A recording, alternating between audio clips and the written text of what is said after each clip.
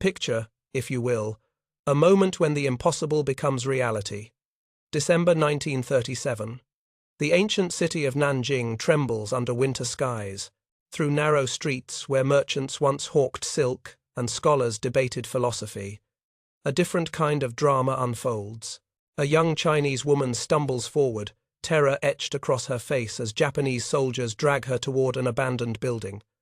The air crackles with menace, then a car door slams, footsteps on cobblestone, and stepping into this tableau of horror comes perhaps the most unlikely hero in all of human history. Before we continue this journey, tell us where you're tuning in from, and if this story resonates with you, make sure you're subscribed because tomorrow I've saved something extraordinary for you. His name was John Rabe, 55 years old, balding, unremarkable in appearance. Yet around his left arm, he wore a band that would normally strike fear into any victim's heart, the Crimson Circle, containing Hitler's twisted cross, a Nazi armband. But watch what happens next. Rabe places himself between the soldiers and their intended victim. He points to that swastika with quiet authority. The soldiers, trained killers who moments before showed no mercy, retreat. They actually step back and walk away. This scene would repeat itself not once, not twice, but hundreds of times over the next 6 hellish weeks. The most recognizable symbol of evil in modern history had become, in this one corner of the world, a shield for the innocent. How does such a paradox emerge from the chaos of human nature? Consider John Rabe's journey to this moment. Born in Hamburg in 1882, he belonged to that generation of Germans who would witness their nation's transformation from empire to republic to nightmare. But Rabe's story diverged early from his countrymen's path. At 30 years old, he sailed east to China, carrying nothing but engineering skills and curiosity about distant lands. China embraced him as few foreign countries have ever embraced an outsider. For 3 decades, he built electrical systems for the Siemens Company across this vast nation.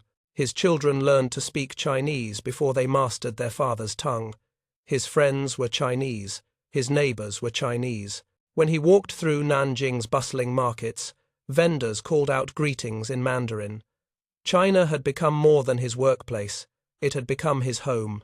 Then came 1937, and the world began to fracture along lines that would define the next decade. 200,000 Japanese troops surrounded Nanjing like a tightening noose.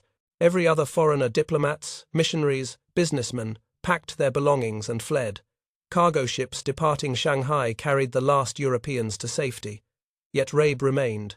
Why does one person stay when all others run? What compels someone to plant their feet when every instinct screams retreat? Perhaps the answer lies in those 30 years of shared meals, of children playing together in courtyards, of conversations that stretched long into warm summer evenings. When you've been woven into the fabric of a place for 3 decades, leaving feels less like prudence and more like betrayal. But Rabe possessed something beyond loyalty. He held a peculiar key to survival in this new world order.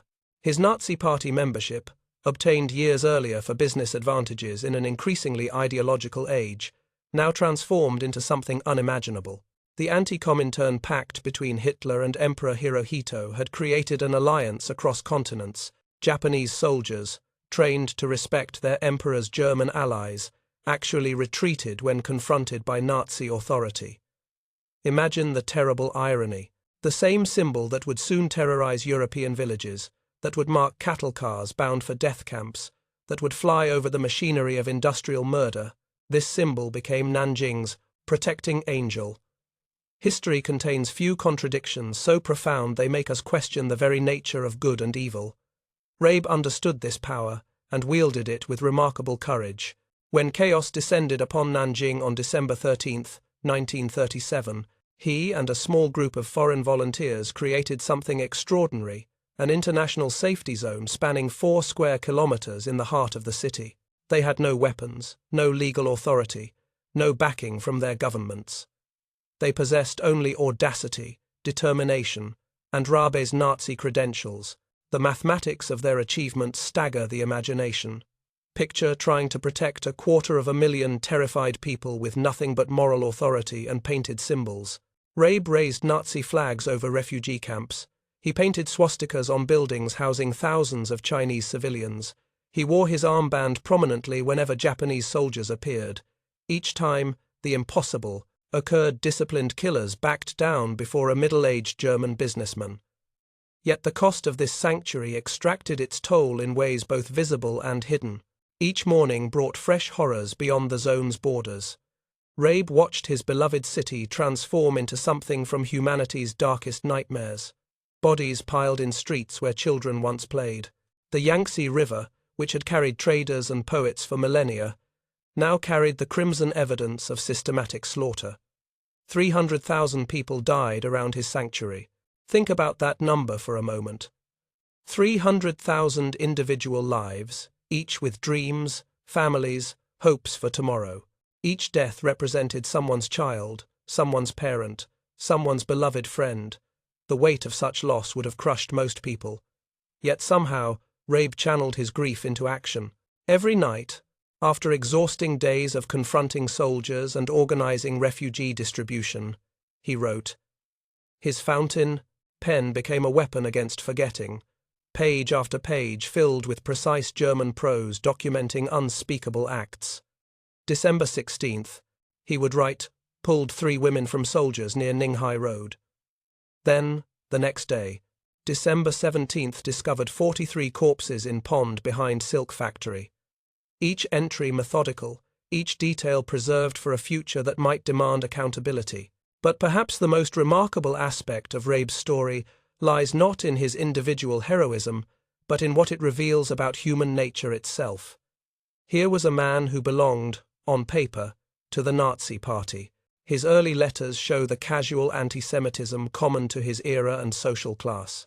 Yet when faced with actual human suffering, when confronted with real people he knew and loved, something deeper than political ideology emerged. Modern neuroscience suggests that personal relationships activate different brain networks than abstract beliefs.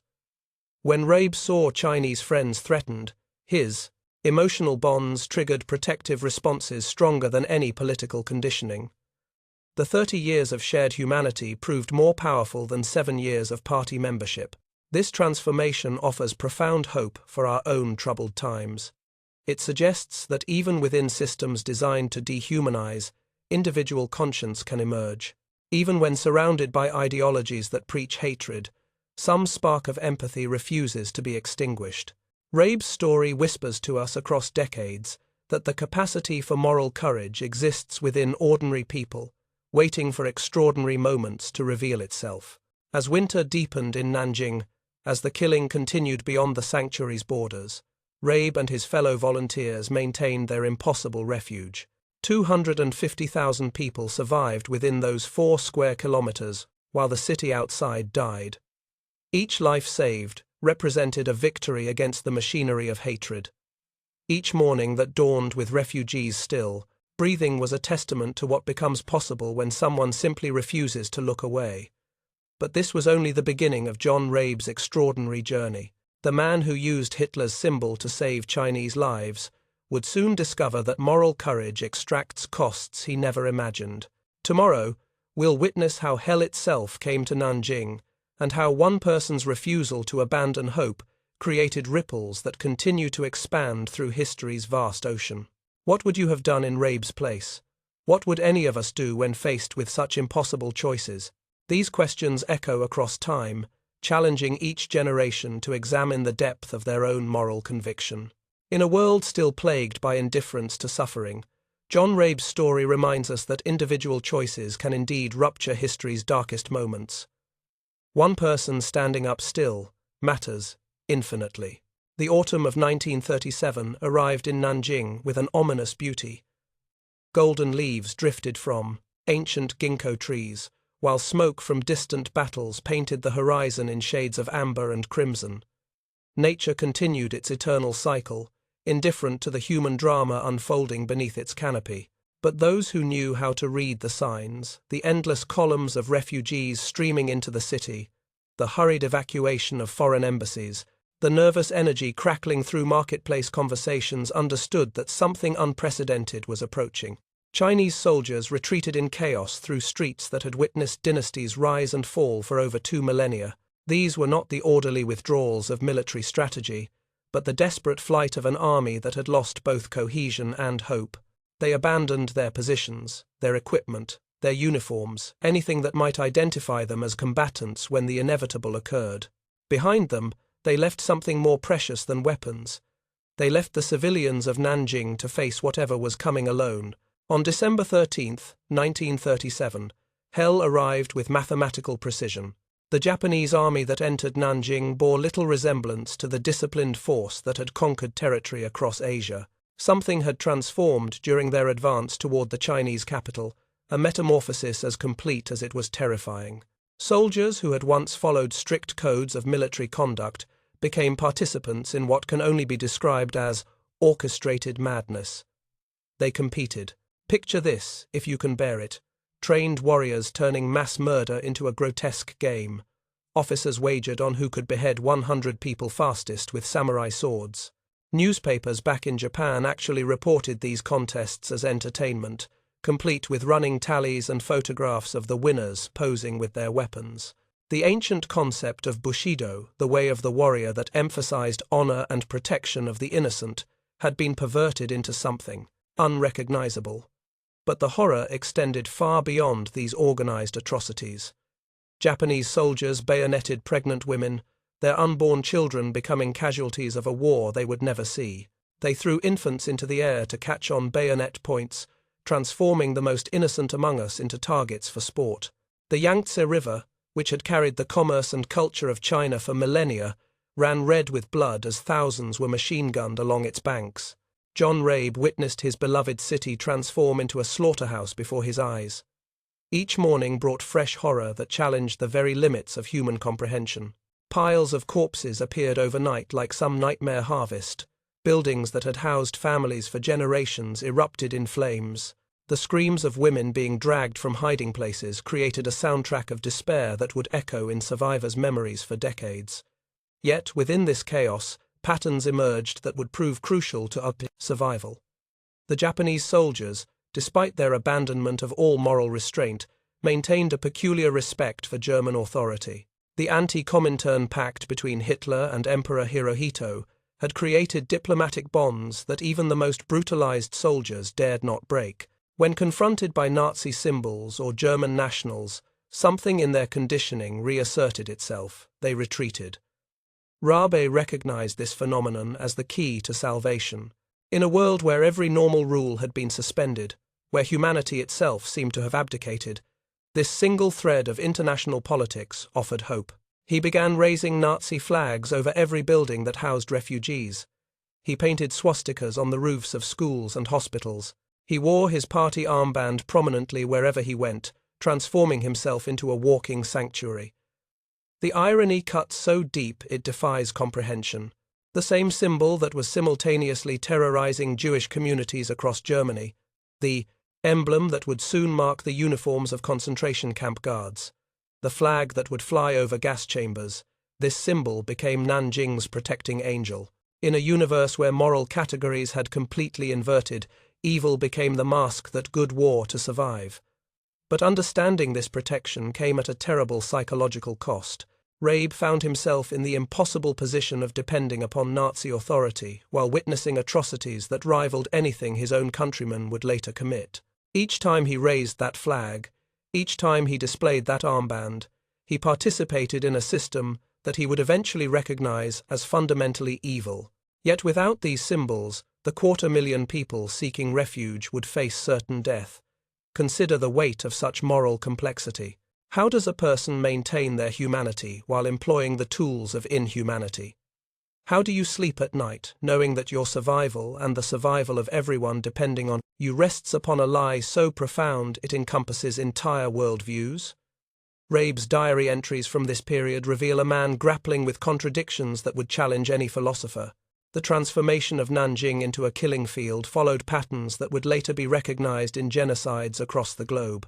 First came the dehumanization. Japanese propaganda had spent months portraying Chinese people as subhuman, unworthy of the basic considerations extended to fellow human beings.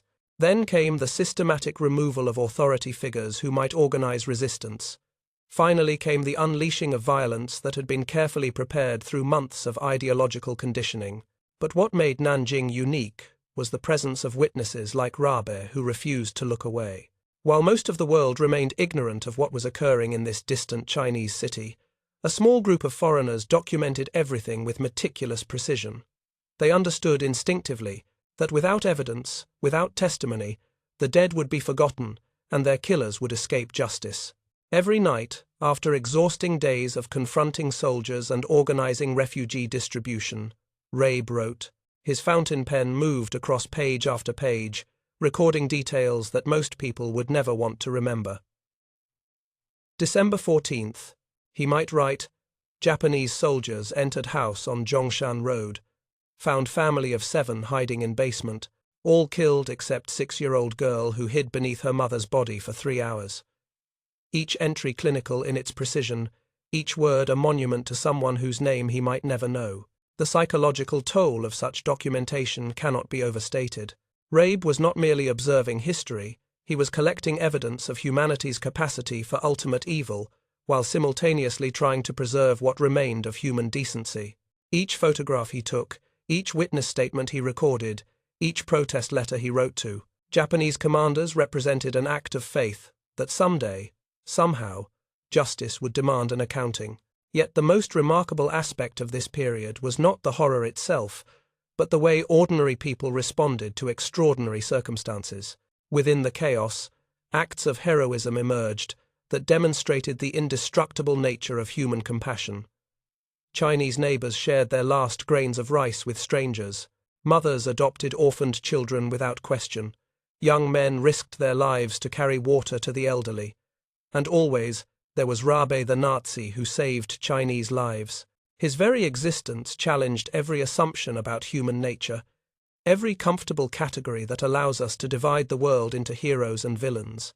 He proved that even within systems designed to destroy empathy, individual conscience could emerge victorious. Even when surrounded by ideologies that preached hatred, the spark of human connection refused to be extinguished. As the killing continued through December and into January, as the death toll climbed toward numbers that numbed the mind, Rabe's sanctuary held.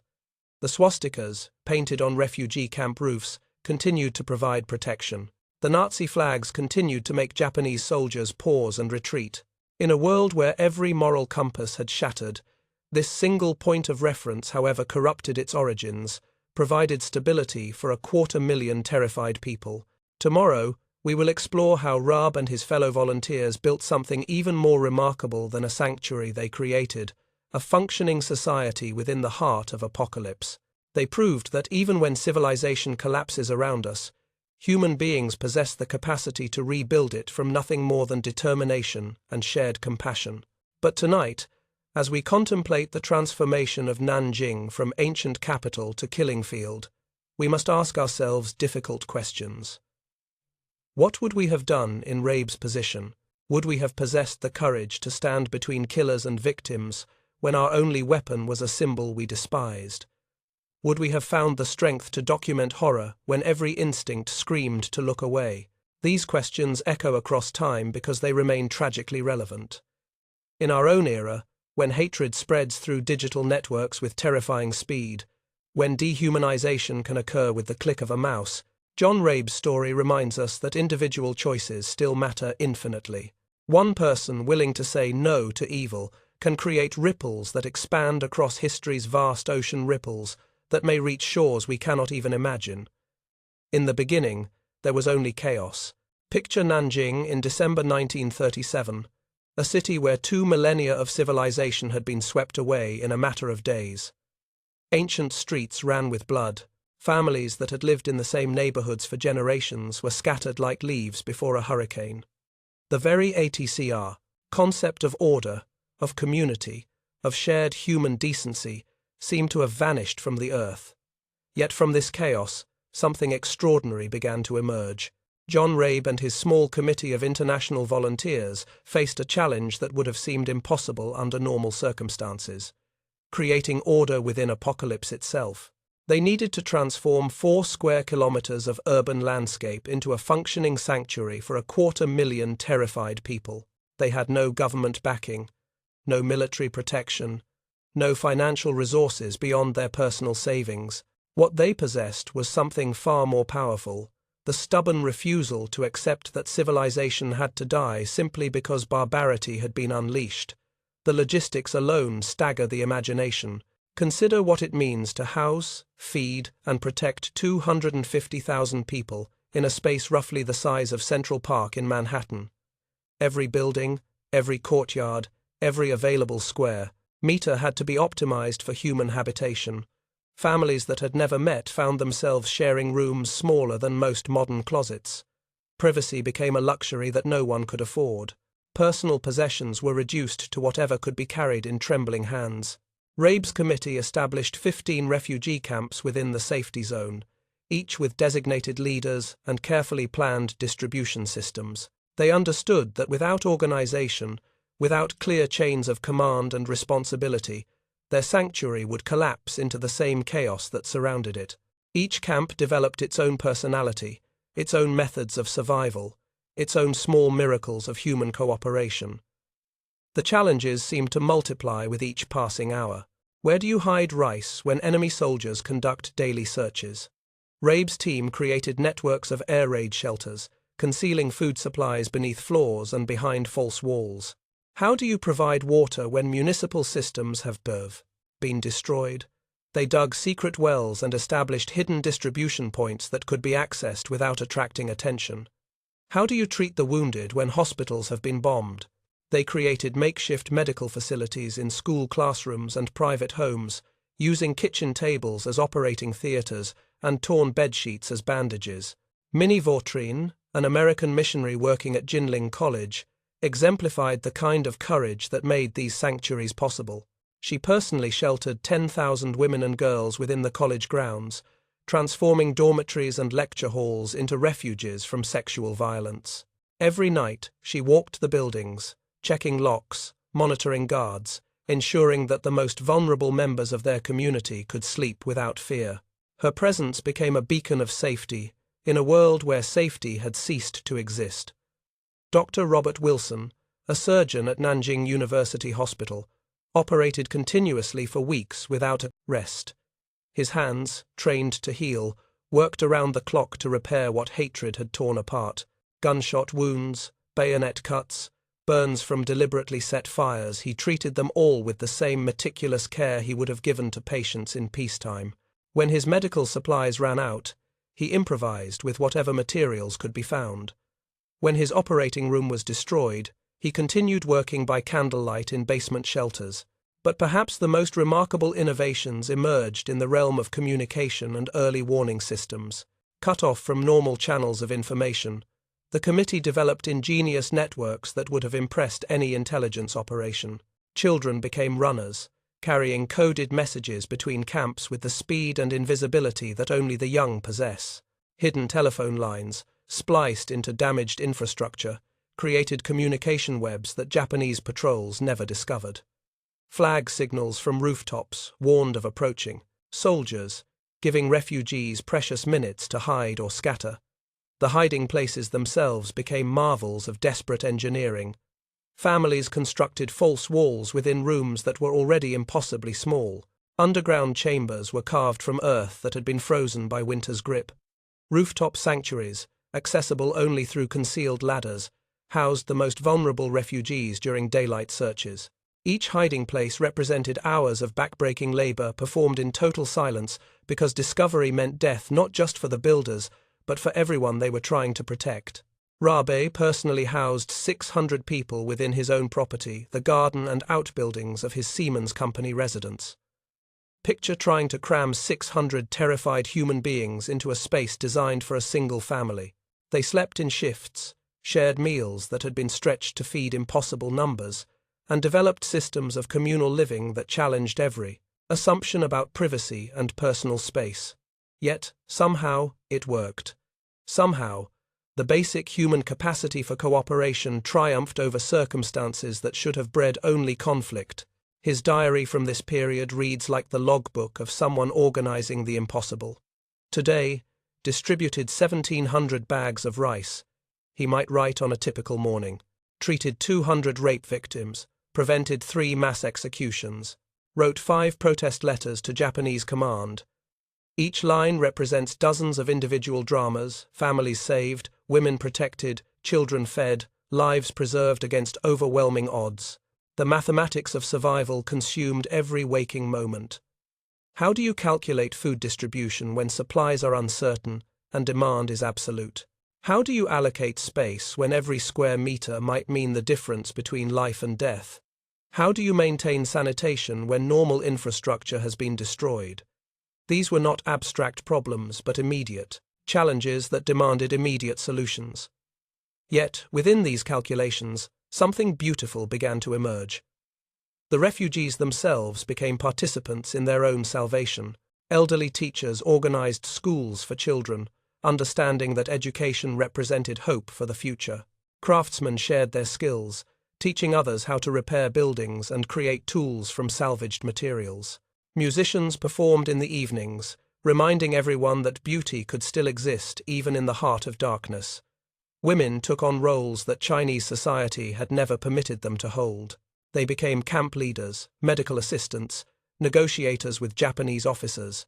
The breakdown of normal social structures created opportunities for capabilities that had been suppressed for generations to finally emerge. Survival demanded the full participation of every person, regardless of traditional limitations. The committee members themselves were transformed by the experience. These were people who had lived comfortable, expatriate lives, insulated from the harsh realities that most Chinese faced daily. Now they found themselves making life and death decisions every hour, mediating disputes between desperate families, rationing food that was never sufficient, and facing armed soldiers who could end their experiment in humanitarianism with a single command. Each small victory meant lives saved.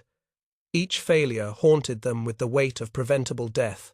When they successfully hid a group of young women from searching soldiers, the triumph was measured in safety preserved.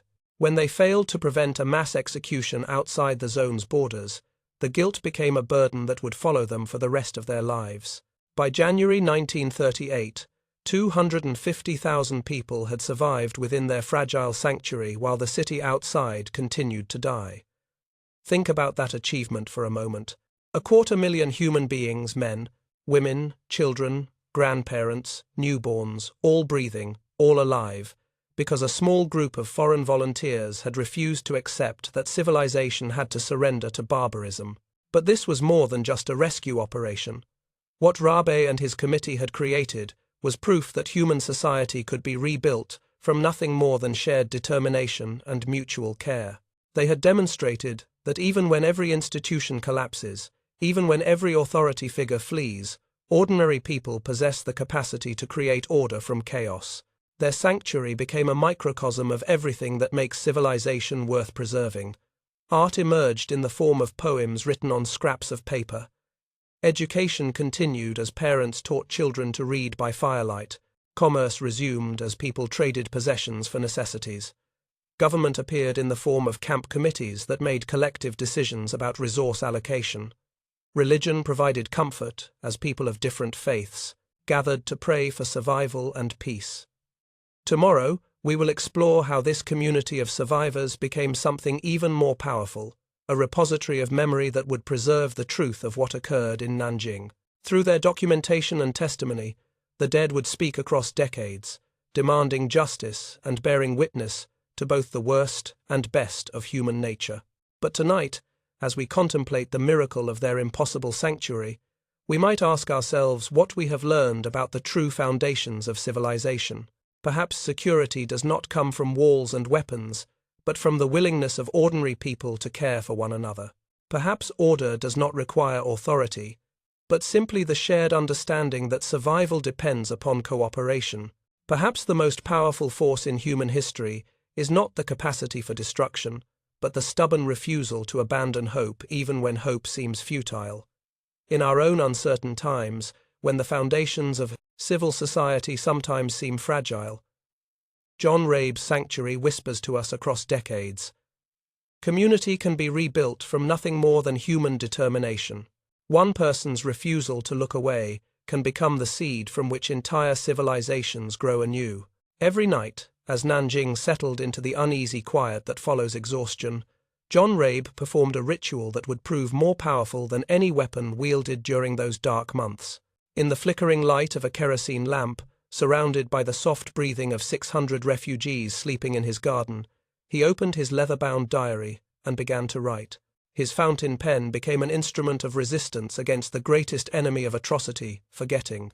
Picture this middle-aged German businessman, his hands still dirty from distributing rice and his clothes still bearing the dust of collapsed buildings, carefully forming each letter with the precision of someone who understood he was writing for posterity.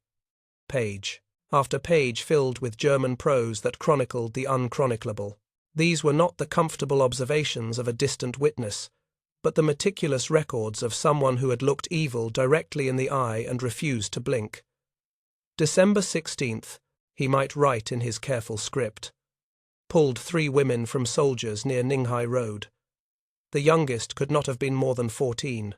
Her eyes held a terror that will follow me for the rest of my days.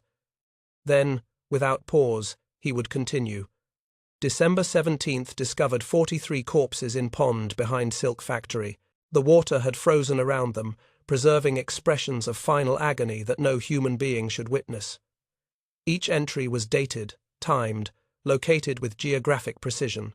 Rabe understood that history would eventually demand proof, and he was determined to provide it.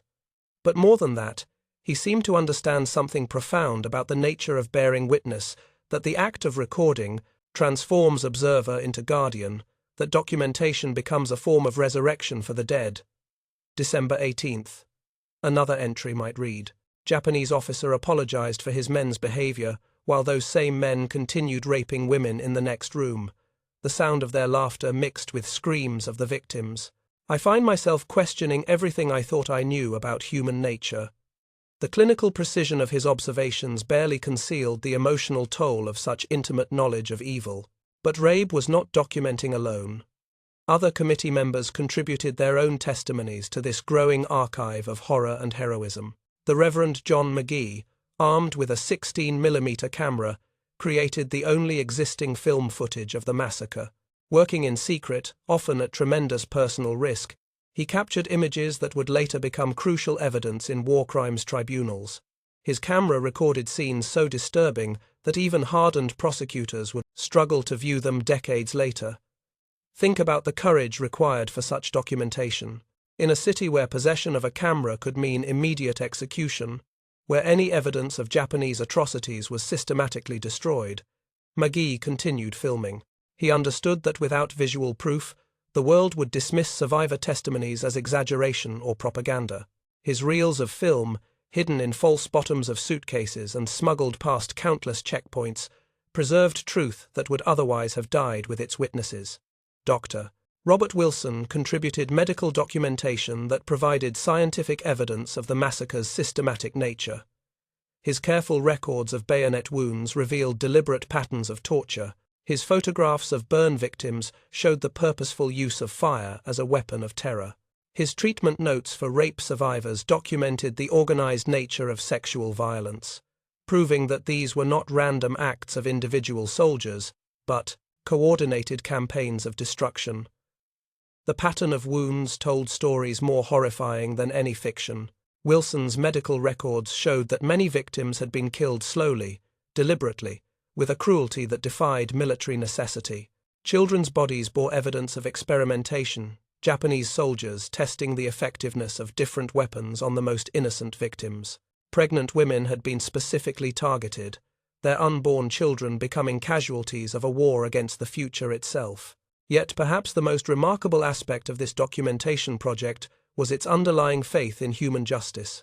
Rabe and his colleagues were preserving evidence for trials that did not yet exist, for judges who had not yet been appointed, for a system of international law that was still struggling to be born. They were acting on the assumption that someday, somehow, the world would care enough to demand accountability. Every photograph Rabe took required tremendous personal risk. Japanese patrols searched foreign properties regularly, and discovery of such evidence would have meant immediate execution not just for him, but for everyone under his protection. Yet he continued photographing, understanding that these images would speak for victims who could no longer speak for themselves. The witness testimonies he collected represented an act of profound respect for human dignity. In a world where people had been reduced to statistics, where individual deaths were lost in numbers too large to comprehend, Rabe insisted on recording names, ages, occupations, dreams cut short. Mrs. Chen, aged 32, teacher at elementary school, mother of 3. Mr. Wang, aged 19, university student studying literature, engaged to be married next spring. Each name rescued from anonymity, each story preserved against the tide of forgetting. His reports to Nazi authorities in Shanghai and Berlin grew increasingly desperate as the weeks passed. With the naivety that seems touching in hindsight, he believed that showing German leadership concrete evidence of Japanese atrocities would prompt intervention. He wrote detailed accounts of war crimes, enclosed photographs of murdered civilians, included testimonies from rape survivors. His faith in Nazi morality seems tragic now, but it reveals something beautiful about his essential character. Even after witnessing humanity's capacity for ultimate evil, he retained hope that human conscience could be awakened. "I write to you as a loyal party member," one of his reports began, "to inform you that our allies are conducting themselves in a manner that brings shame upon the civilized world. I have witnessed acts that violate every principle of human decency, and I appeal to the fatherland to intercede on behalf of innocent civilians." Each word carefully chosen, each appeal crafted to penetrate whatever remained of German moral sensibility. But the documentation served a purpose larger than immediate: political appeal. 2,000 pages of dated, detailed observations would eventually become the foundation for war crimes, prosecutions, and historical validation of survivor memories. Without Rabe's obsessive recording, without McGee's secret filming, without Wilson's medical evidence, the full scope of Nanjing's horror might have remained forever disputed. The psychological cost of such intimate knowledge of evil cannot be calculated. These men were not trained investigators or war correspondents accustomed to documenting atrocities. They were ordinary people, businessmen, missionary, doctor, who found themselves serving as history's witnesses to events that challenged every assumption about human nature. Each page they wrote, each photograph they took, each testimony they recorded, added weight to a burden that would follow them for the rest of their lives. Yet they continued because they understood something profound about the relationship between memory and justice. They knew that without evidence, the dead become mere numbers. Without testimony, suffering becomes abstract. Without documentation, evil triumphs twice, first in the commission of atrocities, then in the forgetting that allows those atrocities to be repeated.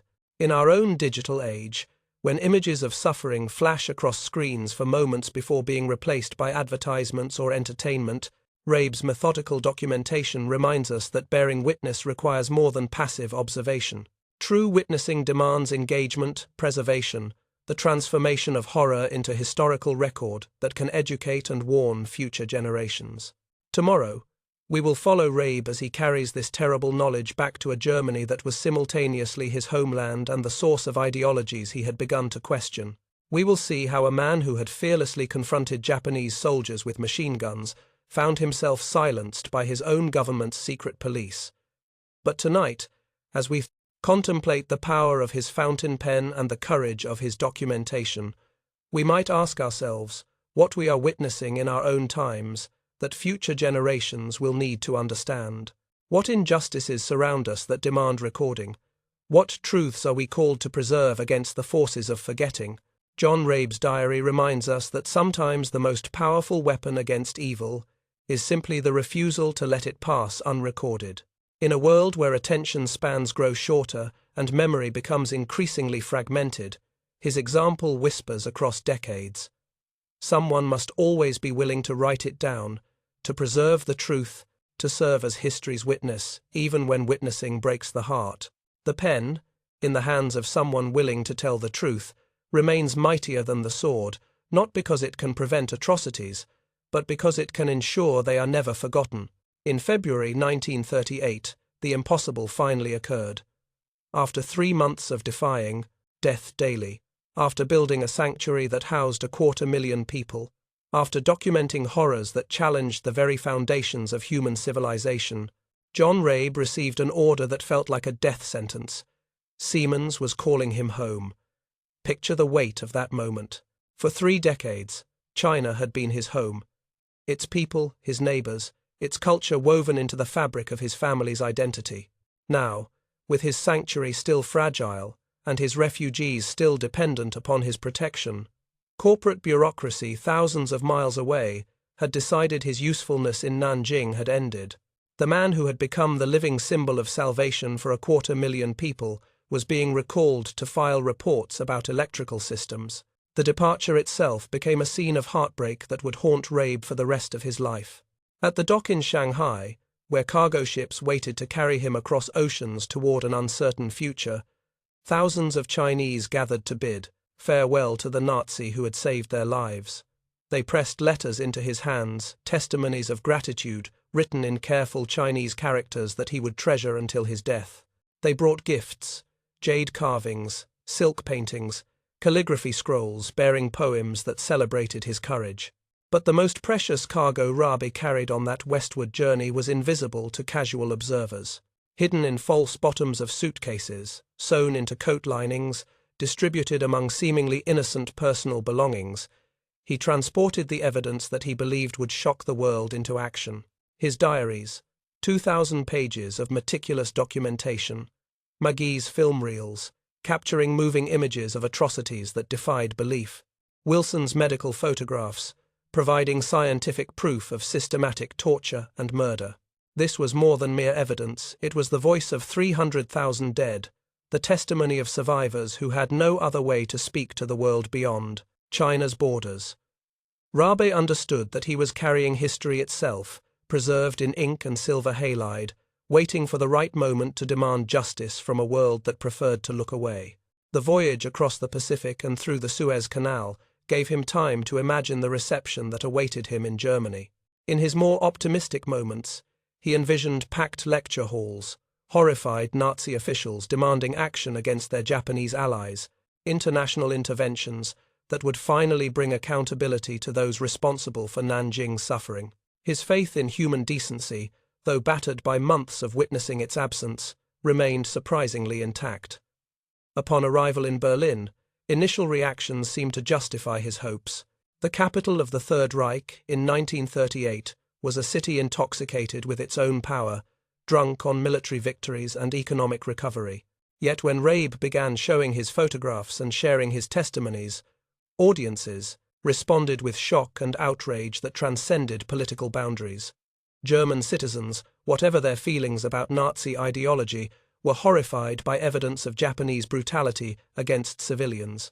He lectured to packed auditoriums, projecting Magee's film footage onto screens that had never displayed such graphic evidence of war crimes. Audiences gasped at images of mutilated children, wept at footage of mass executions, sat in stunned silence as medical evidence was presented with scientific precision.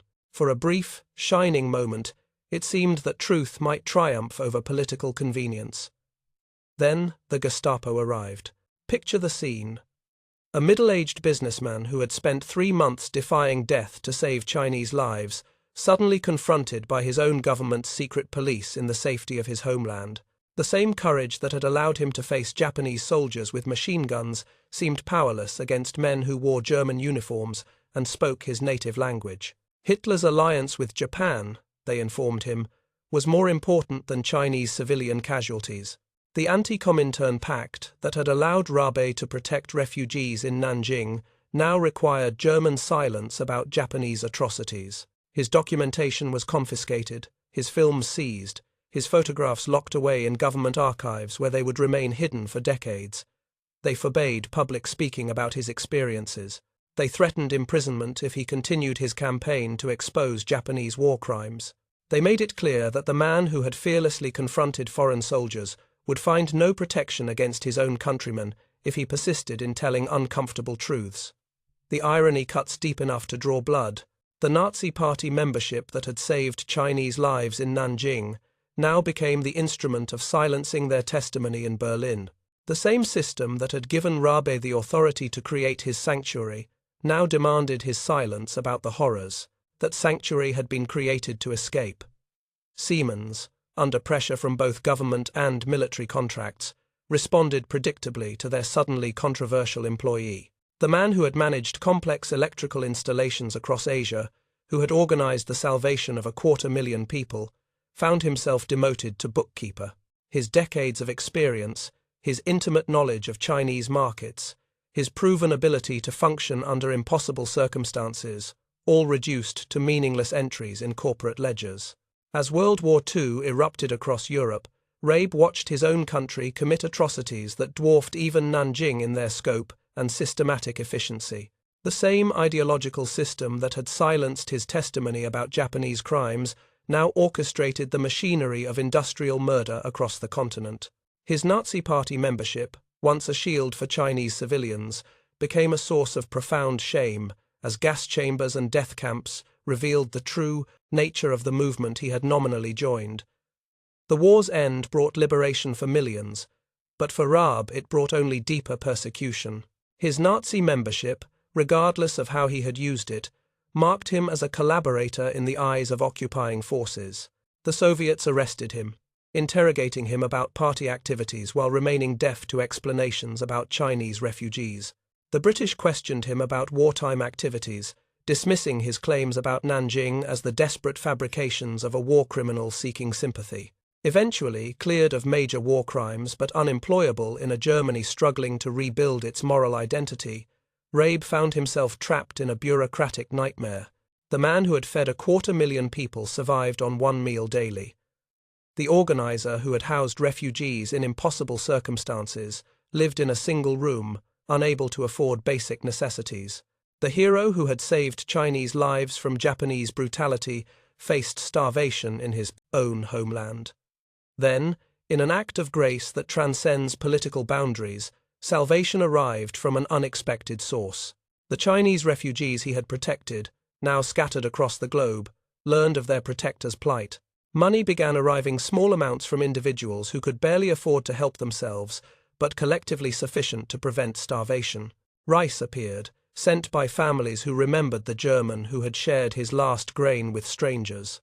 Letters of support flooded in, written in Chinese characters that reminded him daily of the lives he had touched. It was the ultimate reversal of fortune. The people he had fed during wartime now fed him during peace. The civilians he had protected from foreign soldiers now protected him from his own society's rejection. The Chinese whose lives he had saved now saved his life in return, proving that compassion creates bonds stronger than any political alliance. Yet this support, while preventing physical starvation, could not heal the deeper wounds of being forgotten by history. The man whose courage had created ripples across continents lived his final years in obscurity, his greatest achievement buried beneath the shame of his nominal party membership. When newspapers mentioned Nanjing, they rarely included his name. When historians wrote about the massacre, they often omitted the story of the sanctuary that had saved so many lives. In 1950, John Rabe died of a stroke in his small Berlin apartment, unknown to a world that was already forgetting the lessons his life had taught. The obituaries were brief, focusing on his corporate career rather than his humanitarian legacy. The man who had proved that individual conscience could triumph over institutional evil passed from the world with barely a whisper of recognition. But death cannot destroy truth, and time has a way of resurrecting forgotten heroes. Tomorrow, we will explore the questions that Rabe's life raises about the nature of good and evil, about the psychology of moral courage, about the possibility of redemption even within corrupted systems. We will examine what modern science can tell us about the choices he made and the lessons his story holds for our own troubled times. Tonight, as we contemplate his lonely end in post-war Berlin, we might reflect on the cruel irony that heroes often die unknown while their deeds echo across generations. John Rabe returned to a fatherland that could not recognize his greatness, silenced by the very system he had used to save lives. Yet the 250,000 people who survived because of his courage carried his memory forward, ensuring that love would eventually triumph over bureaucratic forgetting. In our own age of global communication, when heroism can be celebrated instantly across continents, perhaps we might ask ourselves, who are the John Rabes of our time? What quiet heroes walk among us, their greatest deeds invisible to the world that should be celebrating their courage? And what would we do if faced with the choice between safety and conscience, between personal comfort and moral truth? The Good Nazis' return to Germany reminds us that doing right often costs more than we imagine, but that the cost of not doing right echoes across generations in ways we cannot foresee. How does a Nazi become a humanitarian hero? This question has puzzled psychologists, historians, and moral philosophers for decades. Yet it remains as mysterious today as when John Rabe first placed himself between Japanese soldiers and their intended victims. In the comfortable safety of our modern lives, surrounded by clear moral categories and well-defined heroes and villains, we prefer stories that make sense tales, where good people do good things and evil people do evil things, where motivations align neatly with outcomes. Rabe's story shatters these comfortable assumptions. Consider the evidence of his early years. Letters written before his transformation reveal casual anti-Semitism that was typical of his era and social class. He used language about Jewish people that would be shocking by today's standards, expressed views about racial hierarchy that aligned perfectly with emerging Nazi ideology. When he joined the party in 1934, it seemed like a natural progression for a German businessman seeking advantages in an increasingly ideological society. Yet in China, this same man risked his life repeatedly for people his party deemed racially inferior. He protected Chinese civilians with the same fervor that other Nazis reserved for persecuting Jewish communities. He fed Chinese children while German propaganda portrayed Asians as subhuman. He documented Chinese suffering with meticulous care, while his countrymen prepared to inflict even greater suffering upon European populations. What transformed him? What alchemy of circumstance and character created this walking contradiction? Some researchers point to the profound impact of his 3 decades in China. Unlike most expatriates who maintained segregated social circles, Rabe had integrated deeply into Chinese society. His children spoke Mandarin fluently. His closest friends were Chinese neighbors. His business success depended upon Chinese colleagues who trusted him with their most valuable contracts. When crisis arrived, he was not choosing between abstract political principles, but between abandoning friends and protecting strangers. Modern neuroscience offers tantalizing clues about such transformations. Brain imaging studies show that personal relationships activate entirely different neural networks than abstract beliefs. When we encounter specific individuals in distress, people whose faces we recognize, whose stories we know, whose humanity we have experienced directly, our mirror neurons fire in ways that create powerful, empathetic responses. Abstract ideology, no matter how deeply held, often cannot compete with the immediate emotional reality of witnessing a friend's suffering. Perhaps this explains why Rabe's racism dissolved when confronted with actual Chinese people in actual danger.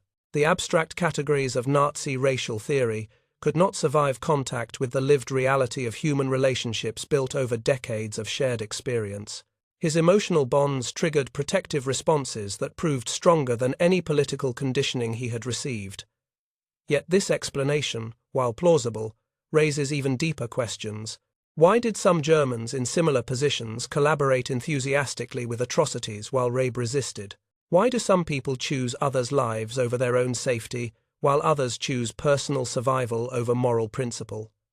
What makes one person capable of extraordinary courage, while another succumbs to cowardice or worse? Consider Oskar Schindler, another Nazi who saved lives, but Schindler profited from slave labor even as he protected his workers from death camps. Or examine Tsunei Sugihara, the Japanese diplomat who defied his government's orders to issue life-saving visas to Jewish refugees.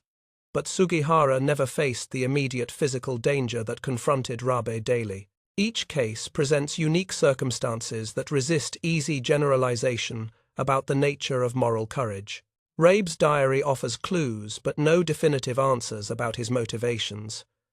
"I cannot stand by and watch innocent people suffer," He wrote during the massacre's worst days, "My party membership means nothing if it cannot be used to protect the defenseless." These words suggest someone who understood his political identity as instrumental rather than fundamental, a tool to be employed for larger purposes rather than an end in itself. But was this instrumental view of ideology present from the beginning, or did it emerge through the crucible of experience? Did Rabe join the Nazi Party with secret reservations, or did his humanitarian awakening occur only when confronted with the consequences of extremist thinking? His early letters provide no clear evidence of moral qualms about Nazi doctrine, suggesting that his transformation occurred through experience rather than pre-existing conscience. The psychology of moral development suggests that ethical reasoning emerges through stages that can be disrupted or accelerated by extreme circumstances. Most people operate according to conventional moral frameworks, following rules, respecting authority, maintaining social harmony. But crisis can push individuals toward higher levels of moral reasoning, where universal principles of human dignity override conventional obligations. Perhaps Nanjing provided such a crucible for Rabe. Surrounded by systematic dehumanization, witnessing the collapse of all normal moral categories, he may have been forced to construct an ethical framework based on fundamental human worth rather than tribal loyalties. The abstract anti-Semitism of his earlier letters could not survive the concrete experience of holding dying children in his arms. Yet millions of people witness suffering without being transformed by it. Millions more participate in systematic oppression without experiencing moral awakening. What made Rabe different? What neurological, psychological, or spiritual factors enabled his transformation, while others in similar circumstances became perpetrators or collaborators? Recent research into the neurobiology of empathy suggests that some individuals possess enhanced mirror neuron systems that create stronger emotional responses to others' suffering. Studies of altruistic behavior indicate that certain genetic variants influence oxytocin production and vasopressin sensitivity, potentially affecting capacity for compassion. Could Rabe have possessed neurological predispositions that made his humanitarian transformation more likely? But such scientific explanations, while fascinating, risk reducing moral courage to mere brain chemistry. They suggest that heroism might be less about conscious choice than about neurological luck, that saints and sinners are distinguished primarily by their biological inheritance rather than their ethical decisions. Such deterministic thinking undermines the very possibility of moral responsibility that makes Rabe's story inspirational. Perhaps the truth lies somewhere between pure choice and pure determinism. Maybe moral courage emerges from the interaction between biological predispositions and environmental circumstances, between neurological capacity and conscious decision, between inherited empathy and cultivated wisdom. Rabe's transformation might have required both the neurological capacity for deep empathy and the experiential foundation of Chinese relationships, both the biological ability to feel others' pain and the conscious choice to act upon that feeling despite enormous personal risk. His case parallels other paradoxical rescuers throughout history. During the Holocaust, some SS officers secretly helped Jewish prisoners while maintaining their official roles as perpetrators. In Rwanda, some Hutus protected Tutsi neighbors while publicly supporting the genocide. In Bosnia, some Serbian soldiers rescued Muslim civilians while fighting in ethnic cleansing campaigns. Each case suggests that human moral capacity can coexist with systems designed to destroy it. These examples hint at something profound about human nature, that even within the most corrupted systems, individual conscience can emerge victorious. Even when surrounded by ideologies that preach hatred, some spark of empathy refuses to be extinguished. Even in the heart of darkness, light can break through in ways that surprise both perpetrators and victims. But they also remind us how rare such transformations are. For every Rabe who saves lives, thousands of others follow orders without question. For every Schindler who protects workers, hundreds of other factory owners exploit slave labor without conscience. For every Sugihara who defies authority, countless diplomats prioritize career advancement over human lives. This rarity makes Rabe's story both inspiring and troubling. If moral courage depends upon exceptional circumstances, creating exceptional individuals, what hope exists for preventing future atrocities? If heroism requires unique combinations of biology, experience, and choice that cannot be reliably reproduced, how can societies cultivate the moral courage necessary to resist systematic evil? Perhaps the answer lies not in understanding how rabes are created, but in recognizing that potential for moral transformation exists within everyone. Maybe the spark of empathy that enabled his heroism burns within all human hearts, waiting for the right circumstances to ignite it. Perhaps our task is not to manufacture saints, but to create conditions where ordinary people can access their own capacity for extraordinary compassion. Tomorrow, we will explore how Rabe's forgotten story was resurrected from history's shadows, and how his legacy continues to challenge comfortable assumptions about good and evil in our own troubled times. We will see how the questions raised by his life remain urgently relevant in a world still plagued by genocide and indifference. Tonight, as we contemplate the mystery of his transformation, we might ask ourselves uncomfortable questions about our own moral capacity. What would we have done in Rabe's position? What would it take to transform our own casual prejudices into active compassion? What sleeping potential for courage might lie dormant within our own hearts, waiting for crisis to awaken it? John Rabe's story offers no easy answers about the nature of good and evil, but it does offer something more valuable: hope that transformation remains possible, that individual choices can rupture history's darkest moments, that even the most unlikely heroes can emerge when circumstances demand courage, and conscience chooses to respond. The Nazi who saved Chinese lives reminds us that human nature contains infinite capacity for both darkness and light. The question each generation must answer is which potential we will choose to cultivate, which legacy we will leave for those who follow, which story we will write with the choices we make when nobody is watching. In 1996, nearly half a century after John Rabe's lonely death in Berlin, history began to resurrect its forgotten hero through the most unlikely of archaeological discoveries. Historian Iris Chang, researching her groundbreaking book about the Nanjing massacre, followed rumor and intuition across continents to a small apartment in Berlin, where she found Rabe's granddaughter still guarding the forbidden diaries that had been hidden since the Gestapo's confiscation. Picture that moment of revelation. Boxes of yellowed pages, decades of dust-coating leather bindings, photographs that had been denied to the world for nearly 60 years, suddenly emerging into light like artifacts from a lost civilization.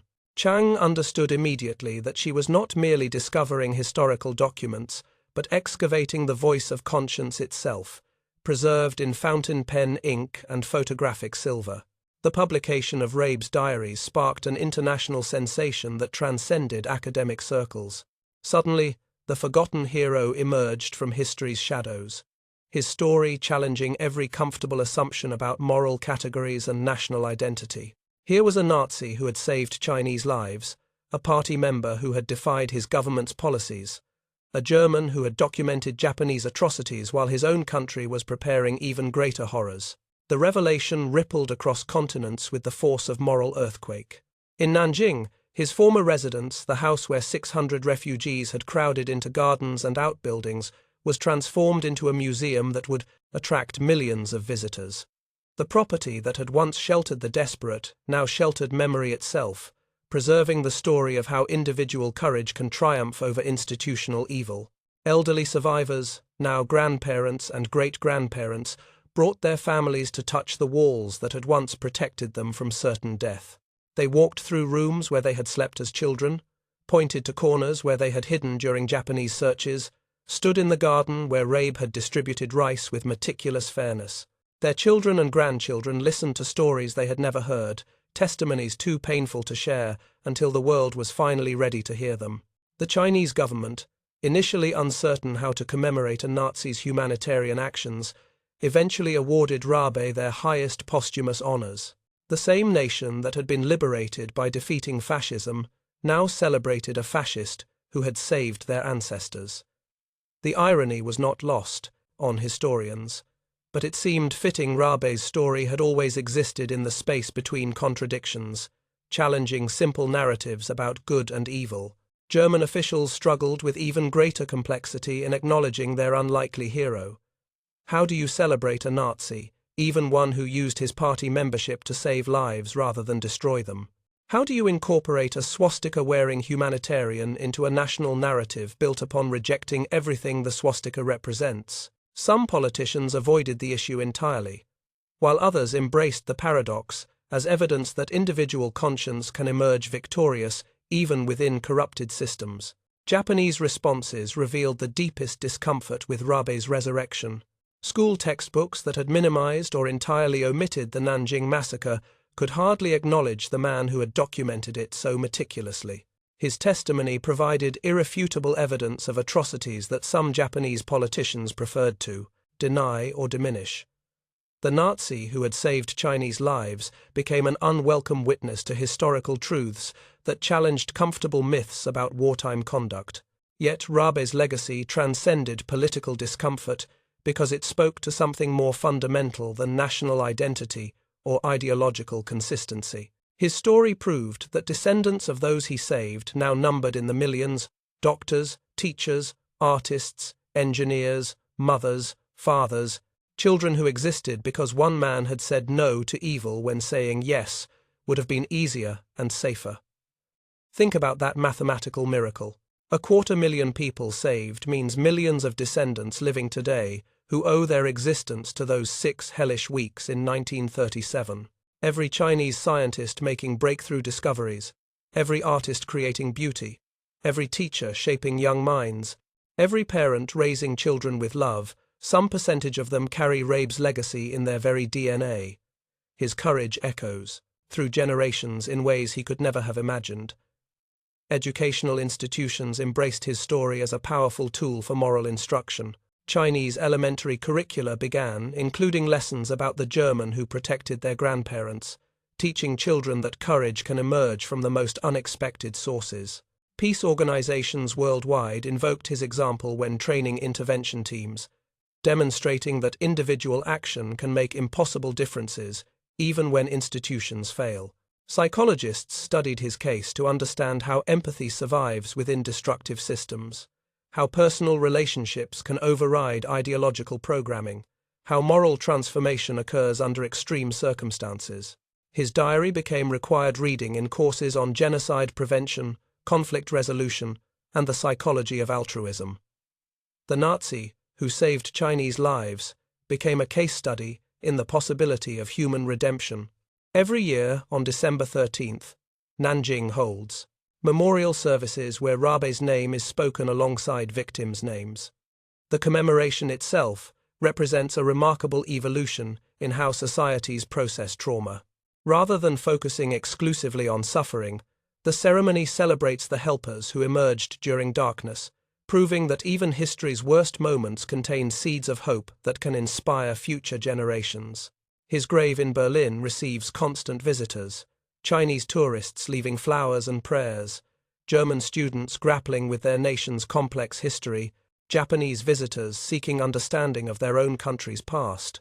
The modest headstone has become a pilgrimage site for people wrestling with questions about moral courage, national guilt, and the possibility of redemption across generations. The memorial offerings left at his grave tell their own stories. Chinese coins symbolizing prosperity he never enjoyed in life, German flowers representing the homeland that rejected him, handwritten notes in dozens of languages from people inspired by his example, children's drawings depicting a man with a Nazi armband protecting families' images that would have been unimaginable decades earlier, but now capture a truth too complex for simple categories. Modern China has embraced Rabe's story with particular enthusiasm because it validates their narrative of survival and resilience. His sanctuary becomes proof that Chinese people could inspire loyalty even among their enemies' allies, that their suffering was witnessed and documented by neutral observers, that their survival was worth tremendous personal risk by someone with no obligation to help them. Yet the most powerful aspect of Rabe's living memorial lies not in monuments or museums, but in the choices made by ordinary people inspired by his example. Social workers who refuse to abandon difficult cases cite his persistence in protecting refugees. Diplomats who risk their careers to help asylum seekers invoke his willingness to defy authority. Journalists who document human rights abuses in dangerous circumstances follow his model of meticulous testimony despite personal risk. His story appears in training programs for peacekeepers, human rights monitors, and humanitarian workers worldwide. The lessons are practical rather than abstract: how individual action can protect civilians when institutions fail, how documentation preserves truth for future accountability, how personal relationships can bridge seemingly impossible divides between enemies. Corporate responsibility programs study his case to understand how employees can maintain moral integrity within compromised systems. His example suggests that individual conscience need not be sacrificed to institutional loyalty, that personal ethics can guide professional decisions even under enormous pressure to conform. Religious communities across faiths invoke his story as evidence that divine spark exists within every human heart, waiting for circumstances to reveal it. Christians see him as proof that grace can transform anyone. Buddhists cite him as demonstration of innate compassion that transcends superficial categories. Muslims point to his story as validation that moral duty supersedes tribal loyalty. His universal appeal transcends sectarian boundaries, because heroism speaks to something deeper than doctrinal differences. But perhaps the most remarkable aspect of Rabe's resurrection lies in its timing. His story emerged just as the world was grappling with new genocides in Bosnia, Rwanda, and Cambodia. His example provided hope that individual intervention remains possible even when governments fail to act. The Nazi who saved Chinese lives became a beacon for modern humanitarian movements, proving that one person's courage can still make infinite difference.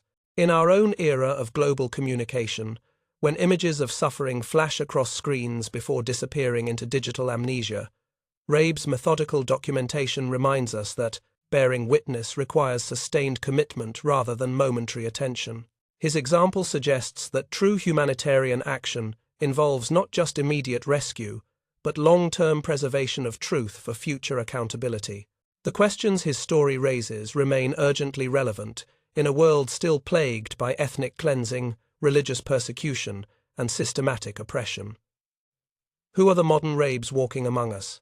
What quiet heroes are using unexpected positions to protect vulnerable people? What symbols of today's power structures might become tomorrow's instruments of salvation?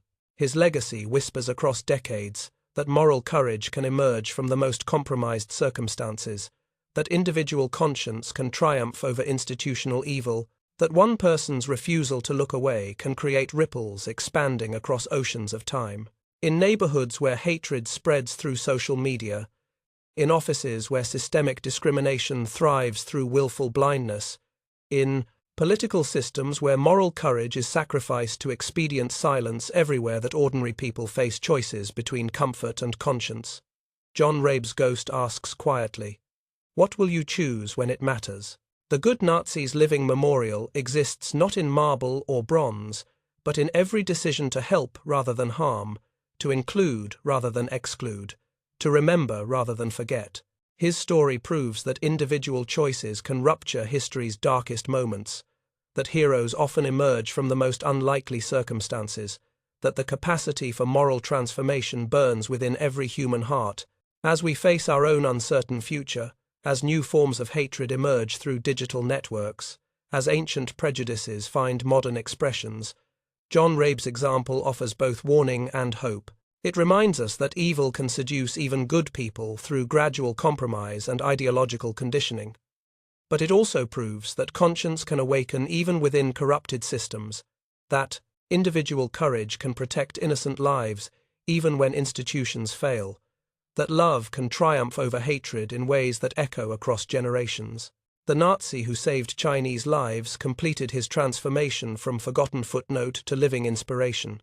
His story now belongs not to any single nation or ideology, but to all humanity, a testament to our capacity for both darkness and light, a reminder that the choice between them remains eternally ours to make.